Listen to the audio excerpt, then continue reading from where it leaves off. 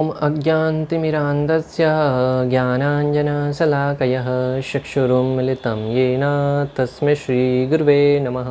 हरे कृष्णा। आज गीता श्रृंखला के सत्र क्रमांक 249 में आप सभी भक्तों का हार्दिक स्वागत है। आज हम श्रीमद् भगवद गीता के 7वें अध्याय के जो कि है भगवत ज्ञान श्लोक क्रमांक 11 का अध्ययन करेंगे। तो आइए, श्लोक इस प्रकार है। बलं बलवतां साहं कामराग विवर्जितं धर्म विरुद्ध भूतेषु काम अस्मि भरत अर्षभ। भगवान श्री कृष्ण कहते हैं, मैं बलवानों का कामनाओं तथा इच्छाओं से रहित बल हूँ। हे भरत श्रेष्ठ अर्जुन, मैं वह काम हूँ जो धर्म के विरुद्ध नहीं है। तो जैसा कि हम पढ़ रहे हैं, श्लोक क्रमांक 8 से भगवान श्री कृष्ण अपनी शक्तियों का उल्लेख कर रहे हैं। इस श्लोक में भी भगवान अपनी शक्तियों के बारे में वर्णन करते हुए कहते हैं कि हे अर्जुन, मैं बलवानों का कामनाओं तथा इच्छा से रहित बल हूँ। जो बलवानों के अंदर बल है, शक्ति है, वो भगवान श्री कृष्ण का प्रतीक है। जब भी किसी बलवान व्यक्ति को देखें तो उसकी शक्ति को भगवान श्री कृष्ण के प्रतिनिधि के रूप में देखते हुए उसे प्रणाम करें, उसका सम्मान करना चाहिए। परंतु भगवान श्री कृष्ण कहते हैं कि जो बलवान व्यक्ति है उसको अपने बल का, अपनी शक्ति का प्रयोग दूसरों असहाय व्यक्तियों की, निर्बल व्यक्तियों की रक्षा करने के लिए करना चाहिए, न कि किसी के ऊपर अत्याचार करने के लिए, अपने स्वयं के निजी उपयोग के लिए या स्वयं के व्यक्तिगत लाभ के लिए किसी के ऊपर आक्रमण नहीं करना चाहिए। आज हम देख रहे हैं, जिस किसी व्यक्ति के पास थोड़ी सी भी शक्ति आ जाती है, सामर्थ्य आ जाता है, वह व्यक्ति दूसरों के ऊपर शोषण करने लगता है। दूसरों के ऊपर अत्याचार करने की भावना स्वतः ही उसके अंदर जागृत हो जाती है। क्यों होती है? क्योंकि अज्ञानता के कारण। जैसे ही व्यक्ति के पास कुछ पावर आ जाता है, शक्ति आती है या धन धान्य से परिपूर्ण हो जाता है, तुरंत उसके अंदर दूसरों का शोषण करने की भावना जागृत हो जाती है। और आज तो हम देख रहे हैं, जो समाज का प्रतिनिधित्व कर रहे हैं, समाज के जो आज के युवा हैं, वो अपना जिसको रोल मॉडल मानते हैं, हीरो हीरोइन मानते हैं, वो स्वयं भी ऐसी मूवीज बनाते हैं, ऐसी पिक्चर बनाते हैं, फिल्में बनाते हैं जिसमें दिखाया जाता है कि एक धनवान व्यक्ति, एक शक्तिशाली व्यक्ति दूसरों का शोषण करने के लिए अपनी शक्ति का प्रयोग करता है। फिर समाज के अंदर वही प्रचलन चलता रहता है। समाज के अंदर जो युवा हैं वो यही सोचते हैं कि यही जीने का तरीका होना चाहिए। परंतु वास्तविकता में भगवान श्री कृष्ण कह रहे हैं कि जो शक्तिशाली व्यक्ति है उसको चाहिए कि वो दूसरों की रक्षा करने के लिए, जो असहाय व्यक्ति हैं उनकी रक्षा करने के लिए अपनी शक्ति का प्रयोग करें।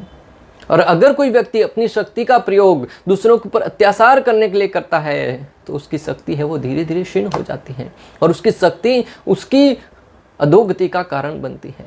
जैसा कि महाभारत में हम देखते हैं कि अर्जुन और पांडवों ने धर्म और निर्बलों की रक्षा के लिए युद्ध किया। पांडवों ने धर्म की रक्षा करने के लिए, धर्म को स्थापना करने के लिए और निर्बलों के ऊपर होने वाले अत्याचारों से उसको मुक्त करने के लिए कुरुक्षेत्र के युद्ध स्थल में भाग लिया। और दूसरी तरफ दुर्योधन अपने अहंकार और प्रतिशोध की भावना से युद्ध कर रहा था।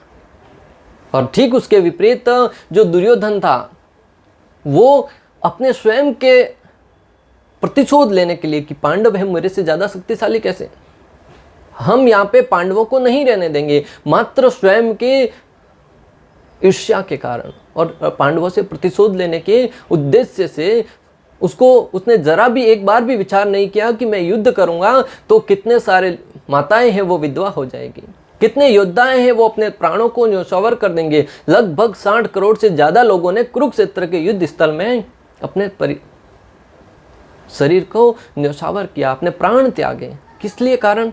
मात्र और मात्र दुर्योधन के हट के कारण, मात्र दुर्योधन की स्वयं की महत्वाकांक्षा के कारण इतना सारा का सारा रक्तपात हो रहा भक्तों। इसलिए हमें समझना चाहिए कि अपनी शक्ति का प्रयोग दूसरों की सहायता करने के लिए करना चाहिए, अपने दूसरों के निजी हितों की रक्षा करने के लिए करना चाहिए, अपने स्वयं के निजी लाभ के लिए नहीं करना चाहिए।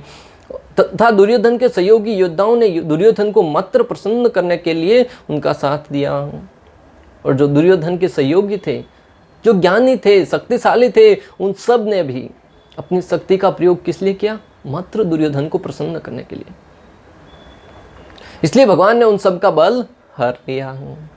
इसलिए भगवान श्री कृष्ण ने उन सब का बल हर लिया जो अभी तक युद्ध में एक बार भी पराजित नहीं हुए थे। अजय थे, भीष्म पितामह, द्रोणाचार्य जैसे बड़े बड़े रथी महारथी शक्तिशाली योद्धा थे जो हर एक युद्ध में विजय हुए थे। भीष्म पितामह थे, वो परशुराम जी के सामने भी पराजित नहीं हुए थे। वो भीष्म पितामह भगवान श्री कृष्ण के द्वारा उनकी शक्ति क्षीण करने के कारण, बल हर लेने के कारण वो कुरुक्षेत्र के युद्ध स्थल में अर्जुन के सामने पराजित हो गए।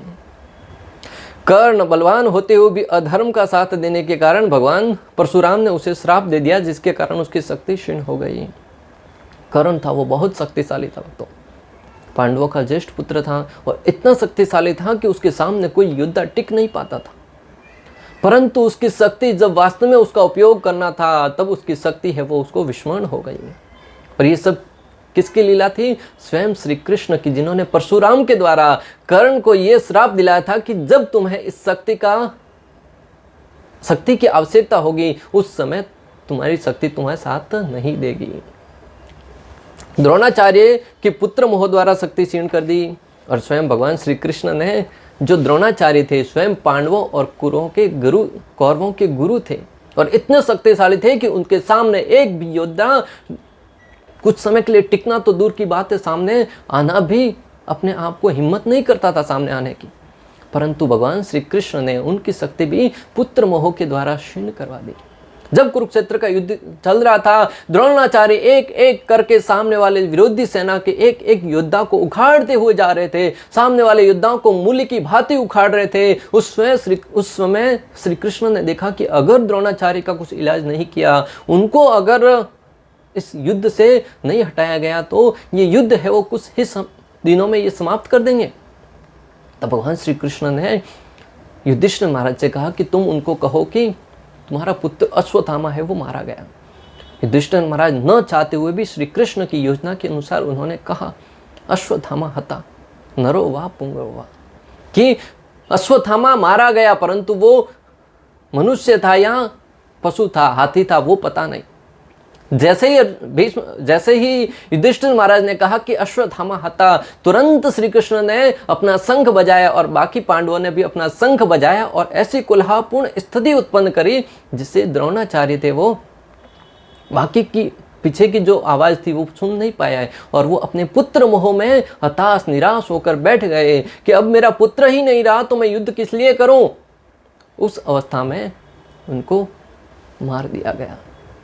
तो भक्तों, ये सारी की सारी योजना श्री कृष्ण की थी। जो अधर्म का साथ दे रहे थे, जो अन्याय का साथ दे रहे थे, उन सब की गति वही हुई जो दुर्योधन की हुई। भक्तों, भीष्म पितामह के सामने स्वयं श्री कृष्ण ने हथियार उठाकर उन्हें निस्तेज कर दिया और भीष्म पितामह की भी वही स्थिति थी। द्रोणाचार्य की भांति एक एक करके विरोधी सेना को समूल नष्ट कर रहे थे, परंतु स्वयं श्री कृष्ण ने अपने भक्त भीष्म पितामह की जो प्रतिज्ञा थी उसको भी पूर्ण किया।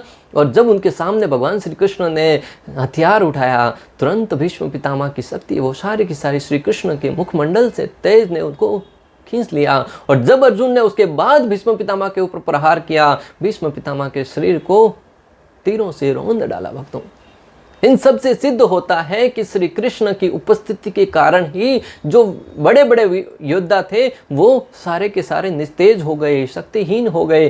क्यों हुए? क्योंकि अधर्म का साथ देने के कारण, अन्याय का साथ देने के कारण, मात्र और मात्र दुर्योधन की महत्वाकांक्षाओं को पूर्ण करने के लिए उनका साथ दे रहे थे। इसलिए भक्तों, जीवन में ध्यान रखना कि कभी भी आप शक्तिशाली हैं, धनवान हैं, पैसे वाले हैं, जो कुछ भी आपके पास शक्ति है, सामर्थ्य है, वो भगवान श्री कृष्ण का प्रतिनिधि है। और उस शक्ति का प्रयोग कहाँ करना है? दूसरों की सहायता करने के लिए, न कि स्वयं के इंद्रिय भोग के लिए और न दूसरों के ऊपर अत्याचार करने के लिए। अगर आपके पास शक्ति है, सामर्थ्य है, हो सकता है कि आप दूसरे के सामने उसके अधिकारों को छीन लेंगे, छीनने में सक्षम भी हैं और एक बार सफल भी हो जाएंगे। परंतु जब विधाता की मार पड़ेगी, जब कर्मों की मार पड़ेगी, वह लाठी आवाज़ भी नहीं करती है और आपको पूर्ण रूप से तोड़ कर रख देती है। आज हम देखते हैं कि बड़े बड़े अस्पतालों में उसके मालिक इतने धनवान हैं कि उनको स्वयं को पता नहीं कि कितना धन है, फिर भी आज हम देख रहे हैं कि मरीजों के इलाज के नाम पर अनेक जगह पर उनके साथ अत्याचार हो रहा है। उनको सही इलाज नहीं मिलने के कारण एक परिवार है वो अपने पुत्र को खो रहा है, एक पत्नी अपने पति को खो रही है, एक पुत्र है वो अपने पिता को खो रहा है। परंतु भक्तों, वो जो उसका अस्पताल का मालिक है, जो कितना भी धनवान क्यों ना है, एक दिन उसको भी मरना है और उसकी भी मृत्यु उसी अस्पताल में भर्ती होकर होती है। भले कितना ही सक्षम है, धनवान है, फिर भी समय का जब हथौड़ा पड़ता है ना, अच्छे अच्छे व्यक्तियों के हवा निकल जाती है। इसलिए जीवन में कर्मों के मार से डरते हुए भक्तों अपनी शक्ति का प्रयोग विशेष रूप से अच्छे कार्यों में प्रयोग करें, तभी आपकी शक्ति है वो भगवान श्री कृष्ण को प्रसन्न करेगी। जब कोई बलवान व्यक्ति अपनी शक्ति का प्रयोग निर्बलों के ऊपर रक्षा करने के लिए, गरीबों की सहायता करने के लिए करता है, उस समय वो भगवान श्री कृष्ण की भक्ति करता हुआ प्रतीत होता है। अतः आपको जो भी शक्ति मिली है उसका प्रयोग दूसरों की सहायता करने के लिए ही करें। इस प्रकार रावण, हिरण्यकशिपु, कंस, कार्तिवीर्य, अर्जुन, बलि महाराज, इन सब ने अपनी शक्ति का उपयोग दूसरों को पीड़ा पहुंचाने के लिए किया। इसी कारण भगवान ने अनेक लीलाओं द्वारा उन्हें निस्तेज कर दिया। तो रावण कितना शक्तिशाली था, अनेक तपस्याएं करी थी, प्रकार पंडित था, बहुत विद्वान था, परंतु जैसे ही उसको सारी की सारी शक्तियाँ प्राप्त हुई, ब्रह्मा जी ने अनेक वरदान दिए, शिव जी ने वरदान दिए, और उन सारी की सारी शक्ति प्राप्त करने के उपरांत उसने उसका प्रयोग कहाँ किया? साधुओं के ऊपर अत्याचार करने के लिए, गरीबों के ऊपर अत्याचार करने के लिए, गायों के ऊपर प्रहार करने के लिए। जहाँ कहीं भी धर्म के हित में कार्य होते थे, उन सारे के सारे अनुष्ठानों को भंग करवा दिया, सारे के सारे विद्वानों के जीवन का अंत करवा दिया। इसी कारण स्वयं श्री कृष्ण प्रभु श्री रामचंद्र इस धरा पर मानव रूप में अवतरित हुए अयोध्या में, और उन्होंने रावण की शक्ति का अंत किया। जो प्रखर पंडित रावण, उसको लगता था कि कोई भी उसके जीवन का अंत नहीं कर सकता, यहाँ तक कि देवता भी उनको हानि नहीं पहुँचा सकते। परंतु मैंने कहा कि काल है वो एक समय जब रावण जैसे महान धनुर्धर, इतने शक्तिशाली, इतने लंका जैसी नगरी के मालिक हैं, उनकी भी मृत्यु हो गई, तो आप और हमारे जैसे साधारण व्यक्तियों की क्या मृत्यु नहीं होगी? इस जीवन का अंतिम सत्य है मृत्यु। इस बात को ध्यान में रखते हुए जीवन में परोपकार के कार्य करना, भक्ति में संलग्न होते हुए जीवन में कार्य करेंगे, तब निश्चित रूप से हमारी गति वही होगी जो हम भगवान श्री कृष्ण को समर्पित करने के उपरांत भगवान की इच्छा है। हिरण्यकशिपु नाम से ही लगता है कि वो सोने के बिस्तरों पर सोने वाला था। उन्होंने कई हजार वर्षों तक तपस्या करके ब्रह्मा जी से ऐसा वरदान प्राप्त किया था कि न तो दिन में मरेगा, न रात में मरेगा, न घर के अंदर मरेगा, न घर के बाहर मरेगा, न शस्त्र से मरेगा, न अस्त्र से मरेगा, न जल के अंदर मरेगा, न बाहर मरेगा, न सुबह में मरेगा, न शाम को मरेगा। किसी भी समय उसने अपनी बुद्धिमत्ता के द्वारा ऐसा वरदान प्राप्त किया कि उसको लगा कि उसकी मृत्यु होने ही नहीं वाली, वो अमर हो गया। और उसी शक्ति को प्राप्त करके उन्होंने वही किया जो रावण ने किया था, और उसका परिणाम क्या हुआ? स्वयं भगवान श्री कृष्ण है वो नरसिंह भगवान के रूप में प्रकट होकर उनके जीवन का अंत कर दिया। कंस कितना शक्तिशाली था, स्वयं अपनी बहन के साथ इतना प्रेम करता था कि उनकी बहन को एक खरोच भी आती थी तो वो स्वयं इतना शक्तिशाली राजा होते हुए भी उनकी सहायता करने के लिए हमेशा आगे रहता था। परंतु जब उनको आकाशवाणी के द्वारा पता चला कि इसी बहन का पुत्र तुम्हारी मृत्यु का कारण बनेगा, तब तुरंत उन्होंने सारे रिश्ते भूलकर अपनी बहन को मारने के लिए आगे आ गया भक्तों। और इतना शक्तिशाली होते हुए भी कंस के नाम से ही माताओं के गर्भ गिर जाते थे, गाय है वो अपने गर्भ गिर जाते थे, जब वो चलता था तो पृथ्वी कंपायमान होती थी। परंतु स्वयं श्री कृष्ण ने अवतरित होकर उसी कंस का भी अंत कर दिया, अर्थात उसका बल है वो खींच लिया। कार्तिवीर्य अर्जुन इतना शक्तिशाली था, और उन्होंने सबने शक्ति कहां से प्राप्त करी? भगवान की भक्ति करके। और जब शक्ति प्राप्त करी उसके उपरांत उनकी मति है वो भ्रमित हो गई, और उस शक्ति का प्रयोग भक्तों निर्बलों पर अत्याचार करने के लिए करने लगे, ब्राह्मणों के ऊपर अत्याचार करने के लिए करने लगे। जमदग्नि ऋषि के आश्रम में जाकर उनके आश्रम को जला दिया और वहां से गाय चुरा कर चले गए। ऐसे घिनौने अपराध, जो रक्षक हैं वही भक्षक बन जाएंगे, तब स्वयं भगवान प्रकट होकर उनका सर्वनाश करते हैं। आज हम देख रहे हैं कि जो समाज के अग्रणी है, देश के अग्रणी है, वही समाज को लूटने में लगे हुए हैं कि मैं ज़्यादा प्राप्त करूं कि ये ज़्यादा प्राप्त करे। जिनके हाथों में बागडोर है कि समाज की रक्षा करनी है, देश की रक्षा करनी है, गरीबों को सहायता पहुंचानी है, वे लोग ही गरीबों का जो धन है वो चुरा लेते हैं। एक मंत्री है, वो गायों का चारा तक खा लेते हैं। जो निर्बल है, जो लंगड़े हैं, उनके लिए जो साइकिल सरकार ने प्रोवाइड करी थी, वो साइकिल का धन है वही वो चुरा लेते हैं। फिर उनकी क्या गति होगी? स्वयं भगवान श्री कृष्ण काल के द्वारा उनकी शक्ति है वो क्षीण कर देते हैं। स्वयं भगवान श्री विष्णु है वो परशुराम के रूप में अवतरित हुए और कार्तवीर्य अर्जुन का अकेले परशुराम जी ने सारी की सारी सेना सहित उनका सर्वनाश कर दिया।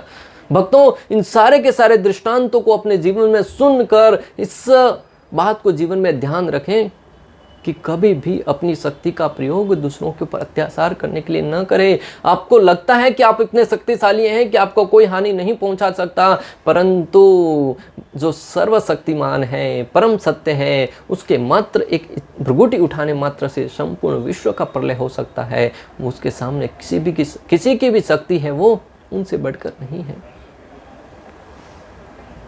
दूसरी तरफ शक्ति प्राप्त करने के लिए अर्जुन को भगवान ने शिव जी के पास, स्वर्गलोक इंद्रदेव के पास और अग्निदेव के पास भेजा, जिनसे प्राप्त शक्ति और अस्त्र शस्त्रों की सहायता से कुरुक्षेत्र के युद्ध स्थल में विजय प्राप्त करी।